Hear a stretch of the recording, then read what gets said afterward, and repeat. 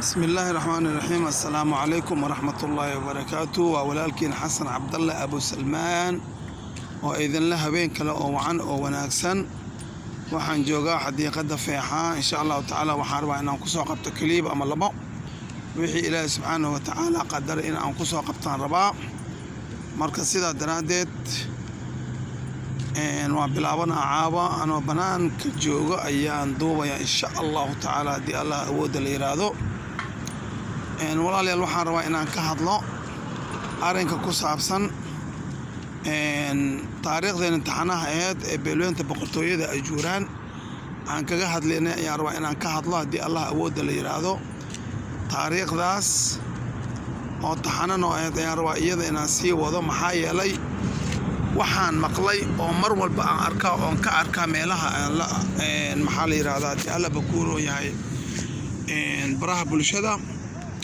walaalo ka hadlaya taariikhda ajuuraan laakiin ujeedadoodu tahay inay bahdilaan ama hagardaameeyaan taariikhdii boqortooyada ajuuraan maxaa yeelay waxaan arkay mar iyo laba iyo saddex dad ku celcelinaya boqortooyadii ajuuraan waxaa caasimadu ahayd magaalada Mareeg ama tuulada meel la yiraahdo Mareeg iyo magaalada Qalaaf hadalku u fiirso yani dagaalka ama weerarka ama hujuumka wuxuu ku socdo waxa weeye boqortooyada beelweynta ajuuraan in taariikhdooda la baabiyo oo la tirtiraa la doonaya maxaa yeelay qofkan isaga ah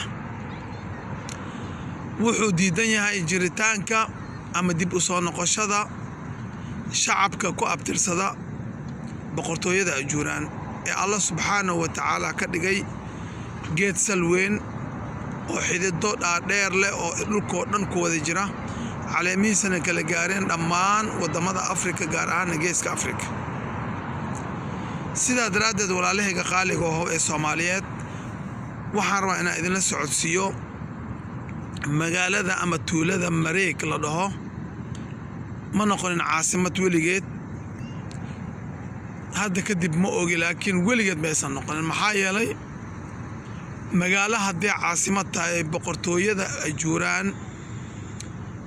وحيد بقرطوية فعوين أو ودن كالصوماليا أما جيس كأفريقيا صو حكومتي يعني كلبات لح قرني أما تضوى قرني سيدا درادت وحالهات اسموين قديمة وحالهات إن اسموين تاريخية وحيلهات مدحتويو وحيلهات حضارات وحيلهات مراكب وحيلهات دومن وحيلهات عيدا هبكي سؤولن ياي مركز عصر جري وحيلهات اسموين يعني دحلقلة وحيلهات مساجد تاريخ بدن له مركز صورة قل معها إن مثلا سلطان فقر الدين أو كهوري بقرطويدي أجوران أو مركز دنبر لفل قلي مساجدكي oo ka dhisay maxay ahayd xamar meesha hadda loo yaqaano ilaa hadraadkiisa uu muuqda kama nasuulin meelihii boqortooyada ajuuraan ka sameysay taariikhaha sida Abdul Aziz iyo xamar baraabo markacadey iyo inta limidka ah ilaa hadda sarihi ee ka dhiseen ama taariikhdoodii way taagan tahay marka sidee ku baaba'day haddii ay Mareeg ahayd magaalo madaxda caasimada boqortooyada ajuuraan maxaa hadda baabi'iyay yani ujeedada laga leeyahay idinka ma aydan fahmin ujeedada laga leeyahay wax kale ma aha waxa lagu bahdilayaa ama lagu tirtirayaa taariikhdii boqortooyada ajuuraan maxaa yeelay wax raada mala Mareeg wax taariikh kama muuqato masaajida ee dhiseen ayaa laga arki lahaa سرق وين إرسلنا لقى أركلا مدحتويدو ذي ماشي وحكو حكومي جرين علامة تاريخ ذا بقرة ذي هراء لقى أركلها جدت وين لقى أركلها وحلقى أركلها دتك كو أبترصد بقرطويدا أجوران أو إيجا ماشي سدجن أنا قبيل كميد أما فرح كميد أو دجن أيام ماشي لقى أركلها مركز تاسي وحيت هاي إن ربا إلا مرن هبابيو أن دتك كو أبترصد بقرطويدا أجوران إن لما رهوابيو إيش رأي العام كا إيو شعب كالصوماليات ميلو بيك الجوغان إيا لربا إلا غتر تيرو ولا غباب إيو تاريخ دي بقرطويدا أجوران maxaa yeelay dowladihii iskaga dambeeyey Soomaaliya ee xukumay 60kii iyo wixii ka dambeeyey marnaba ma aysan suuragelin mana aysan sameynin in ay qoraan taariikhdii boqortooyada Ajuuraan marka maadaama aysan qorin kuwii shalay hakraday oo diiday in la qoro beelweynta boqortooyada Ajuuraan taariikhdeeda in la qoro kuwii diiday oo ka dagaalamaya oo aasay oo taariikho aan jirin iyo taariikho dhowdhow oo iyaga dadkooda kaliya qortay ayaa haddana waxay rabaan in ay marin habaabiyaan Soomaali weyn iyo dhammaan inta rabto taariikhda boqortooyada Ajuuraan in ay ogaato markaas waxay ku meereysanayeen in ay tahay Mareeg ama tuulada Mareeg la yiraahdo boqortooyada Ajuuraan caasimad u ahayn waa hadal been ah oo been abuur ah oo kidbi ah oo aan sal iyo raad toona lahayn boqortooyada Ajuuraan waxa caasimad u ahayd magaalada Xamar oo ay iyagu gacantooda ku aaseen magaca Xamarna ayaga u bixiyeen ayna ku lahaayeen maxaad alaba ku roey xarumo waaweyn sida madaxtooyo iyo kaamboono waaweyn oo ay deganaayeen dadka ku abtirsada boqortooyada Ajuuraan waxay ayaga raad ku lahaayeen oo ay dhiseen hormariyeen magaalooyinka qadiimiga ee Markacad min Usmaan magaalada Baraabo magaalooyinka xeebaha ku teexan Jaziira Gandarshe ilaa Hobyo ku geey marka sidaa daraadeed boqortooyada Ajuuraan meel ka dhac iyo sharaf daro ayay ku tahay in la yiraahdo waxa uu ahayd caasimad tuulada Mareeg taasi waa hakrasho iyo xaqiraad waana in aysan aqbalin marnaba aan laga dhaadhicinin in magaalada Mareeg ama tuulada Mareeg ay u ahayd caasimad boqortooyada Ajuuraan waxa kale raaciyay ninka isaga ah ama nimanka iyaga ka hadla taariikhda Ajuuraan isku dayay inay ka hadlaan oo hagardaamiyaan magaalada Qalaaf in ay ahayd caasimad iyadana oo ahayd caasimadii labaad magaalada Qalaaf sax caasimad oo ahayd boqortooyada qaybta ugu dambeysay ee qabteen lafta la yiraahdo Gareenka oo ka soo jeedo boqor olol diinle ama boqor olol boqor diinle oo ka soo jeedo caasimad markii dambe u noqotay laakiin markii la dhaho markay xeebaha ka tageen oo ay xeebihii hormariyeen oo nidaamkii dowladeed ee u dhistay boqortooyada Ajuuraan oo ay xukunkeeda ballaarisay ayay waxay u soo jeestay haddana dhinacii iyo wabiyada maxaa yeelay waxay isku xirtay min Qalaafo ilaa Goobweyn min Qalaafo ilaa hay'ato meesha la dhaho Mareerey min Qalaafo yani waxa ka arki kartaa ama ka garan kartaa boqortooyada Ajuuraan inay sal balaarneed ka soo bilow ilaa iyo Doolow Nageyle Mooyaale intaasoo dhan nidaam waxay u sameysay dowladeed oo isgaarsiintooda ugu muhiimsan markaas ay ka dhigtay doonyaha oo doonta laga soo diri jiray maalan markii loo baahdo meelahaas Nageyle iyo Mooyaale iyo dhulkaas wabiga Jubba oo soo maro ay iman jireen ilaa iyo Kismaayo sidaas oo kale wabiga Shabeelle magaalada Qalaaf sidaas oo kale fariimaha laga soo diro ama adeegyada looga baahan yahay boqortooyada iyadana waxay iman jireen ilaa dhulka ay dhexmarto ama uu dhexmaro wabiga Shabeelle sidaa daraadeed walaalahayga qaaliga ah ee Soomaaliyeed waxaan rabaa inaan u sheego ilbaxnimada ee keentay boqortooyada Ajuuraan waa mid baaxad weyn oo aan la inkiri karin Soomaalidana aysan inkiri karin maxaa yeelay Soomaaliya ilbaxnimo iyo xadaarad iyo dowladnimo iyo dhaqan wanaagsan oo islaamiya iyo dhaqan wanaagsan oo xadaaradda ilbaxnimada ah mid ciidan ha noqdo mid bulsho ha noqdo mid siyaasad ha noqdo ugama horeynin boqortooyadii Ajuuraan waxa ugu horeeyay oo ay ka heleen oo ay ka dhaxleen waxay ahayd boqortooyadii sharafka badneed ee qiimaha badneed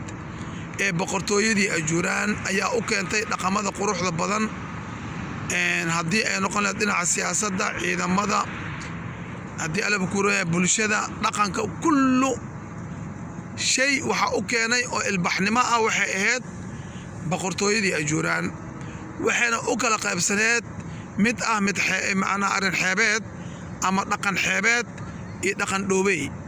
dhaqan xeebeedka wuxuu ahaa dadka dega xeebaha oo ku dhaqan xeebaha ilbaxnimo gooniya iyo nidaam gooniya iyo dhaqan gooniya ayay lahayd oo markaa ahayd kuwii ay u keentay boqortooyada Ajuuraan. sidaas oo kale walaalaha ku dhaqanaa wabiyada dhexdooda ama labada wabi dhexdoodana sida wabiga Jubba iyo Shabeellana waxay u keentay ilbaxnimo kale oo iyadana sidaas oo kale hormarsan. maxaa yeelay awal waxa ilbaxnimada tartami jiray ilbaxnimada xeebaha iyo tan wabiyada.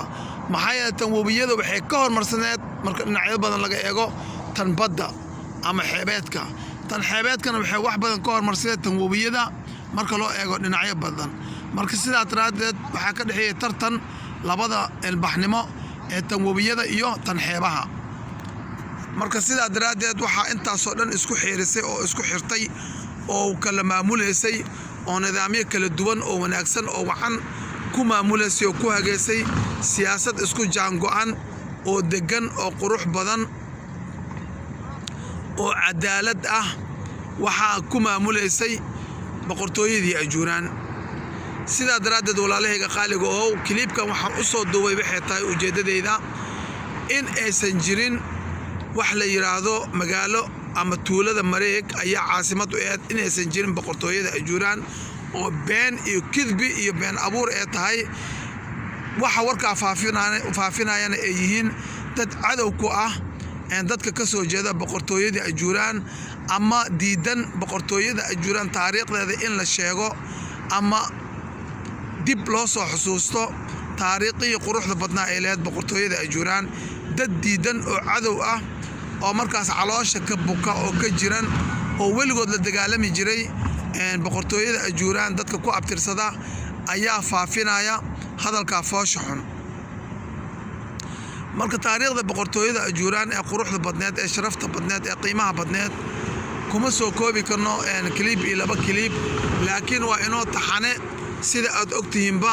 waxaa noo socda oo mar walba aan rabnaa inaan ka sheekeeno oo silsilad taxane noo ah insha allahu tacaala oo intii ilaahay subxaanahu wa tacaala naga gaarsiiyo aan kaga hadli doonaa taariikhda boqortooyada Ajuuraan. kamana daali doono kamana caajisi doono haddii allaha awoodda la yidhaahdo annagoo marba qayb ka soo qaadanayna. marka sidaa daraadeed walaalahayga qaaliga ahow waxaad ogaataan ama aad u kala fiirsataan dadka idinle waxaan ka sheekeynaynaa taariikhda boqortooyada Ajuuraan. mar walba u fiirsada haddii ay ku hakranayaan ama taariikh xun ay u sameynayaan boqortooyada Ajuuraan, kuwaas waa beenaalayaasha ka soo horjeeda in ay dib u soo noqoto sumcaddii iyo karaamadii ay lahaan jirtay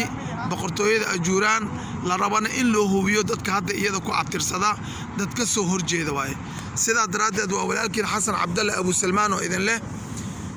walaalahayga qaaliga ahow ciddii nagu cusub subscribe-ka ciddana la saaxiibka ana laagta iyo sheerka ma aha lacag iskaga tuujiya. waa walaalkiin Xasan Cabdalle Abu Salmaan oo mar labaad idin leh sumadii awoowiyo sinji waa maguuraan.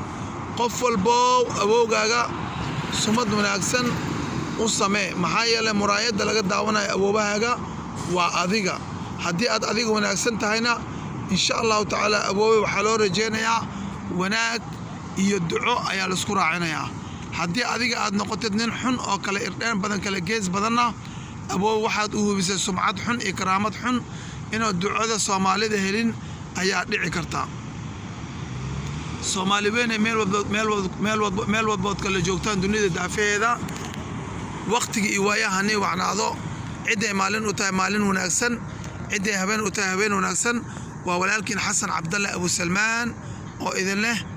assalaamu calaykum waraxmatullaahi wabarakaatuh.